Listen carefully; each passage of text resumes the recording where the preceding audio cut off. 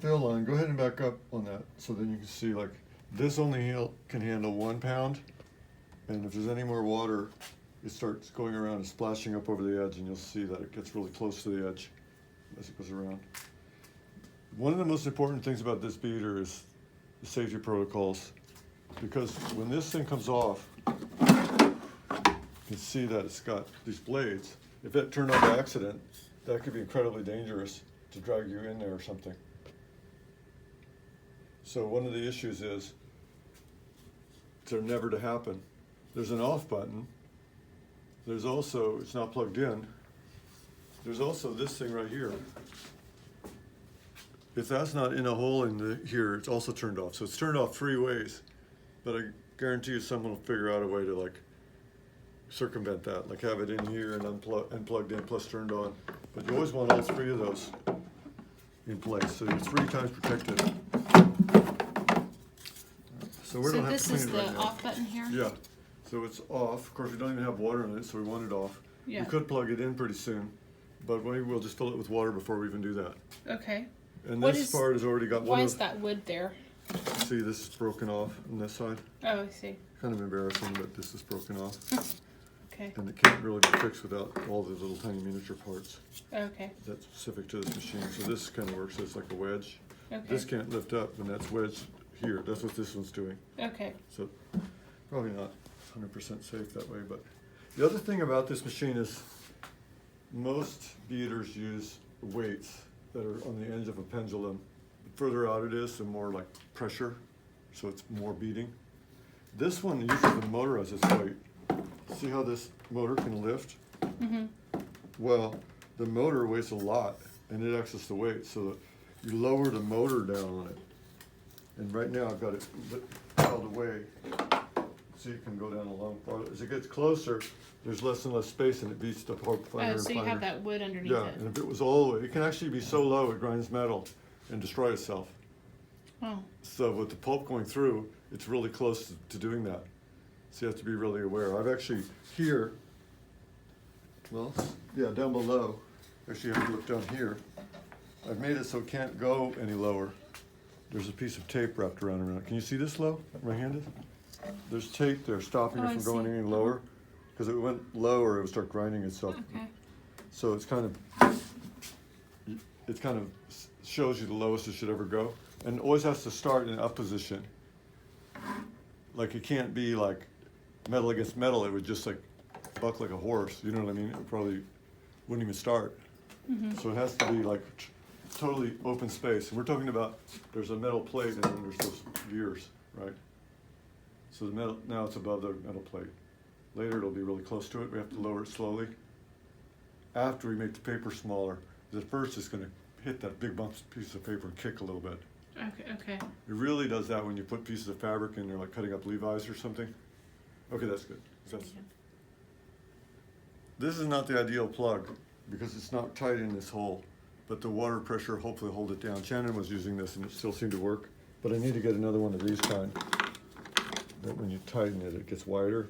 Really a good plug. So I have to buy another one of those. But right now, this plug, the water pressure hopefully will hold it tight. But I have a bucket to catch any water dripping down. Okay, I see. So this sprayer can reach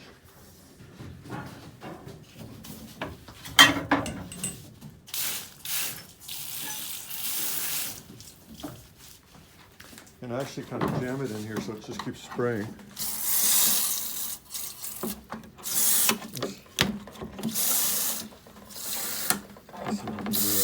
I could just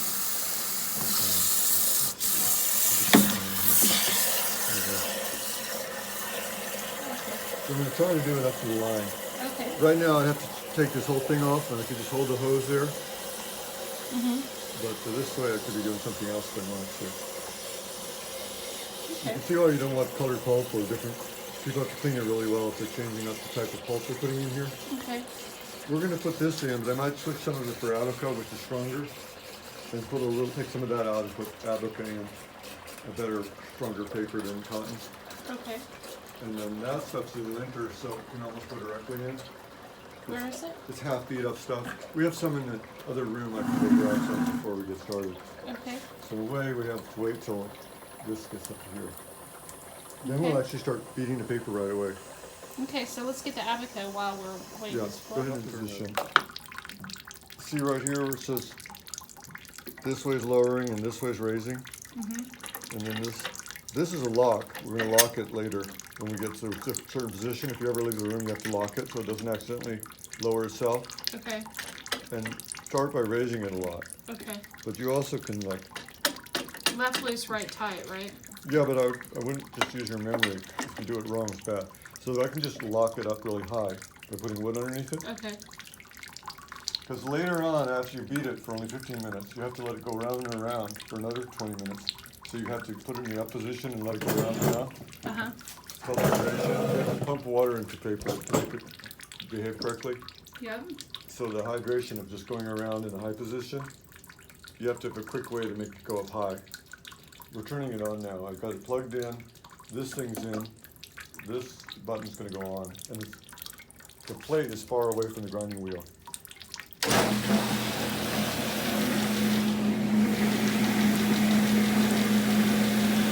Now this stuff gets loaded from back here a little at a time.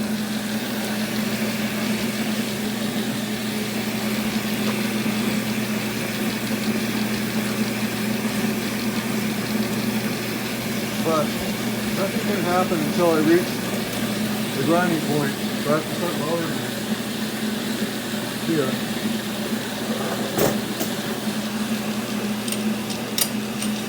It's pretty raised. Yeah, it's pretty raised, so it's not too risky. I'll take the wood out. You can hear a tiny bit of grinding. A little more. More grinding.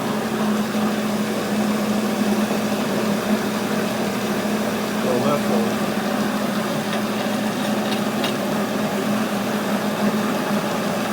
Left. How much did you go down? Well, look. You see, there's not much space. This is the space that matters underneath. Okay. You don't hear much grinding. This is not a problem.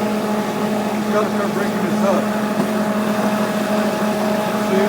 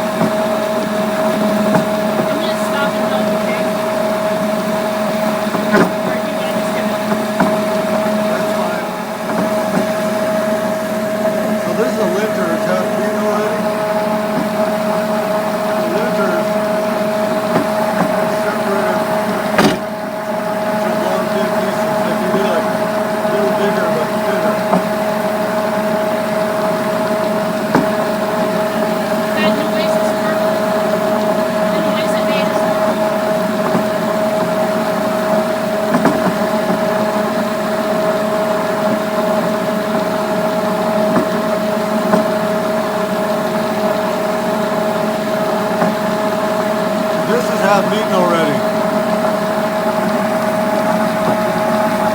So it's halfway made. That's the Abaco. Yeah. They call it half stuff. Half stuff, half made.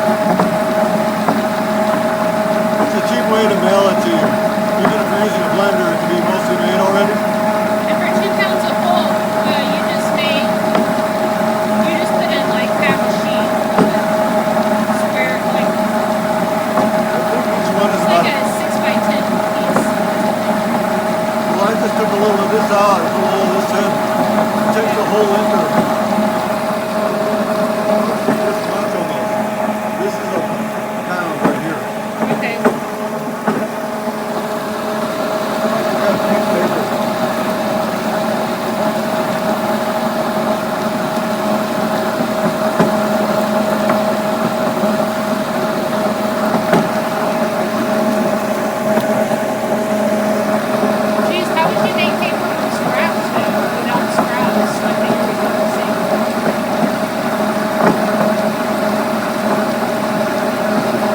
make it from cloth, it's not scratch.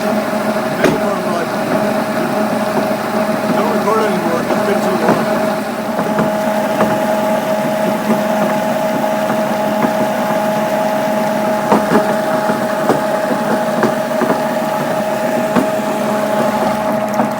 Bucket under here so I don't have to hold that because it's going to get really heavy. And I have to know where this is. I have to know where to stop it too when it's full.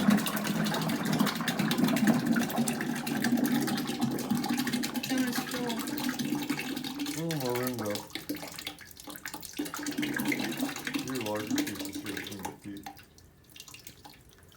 What I'm going to do, we're going to make some thinner pulp too. Like I'm going to add more water to this to clean it. And then the thinner pulp will strain it and make it just like the other pulp. Like strain it with a strainer until it's thick also. So it's worth it just to more water in here to get the rest out. So I'll actually like run it around and around to get the pulp out because it's all through the machine, especially right here. This is some that didn't beat up. So I'll probably be using a different bucket when I do that. First bucket of full power pulp. That's fine, that's enough of the movie thing.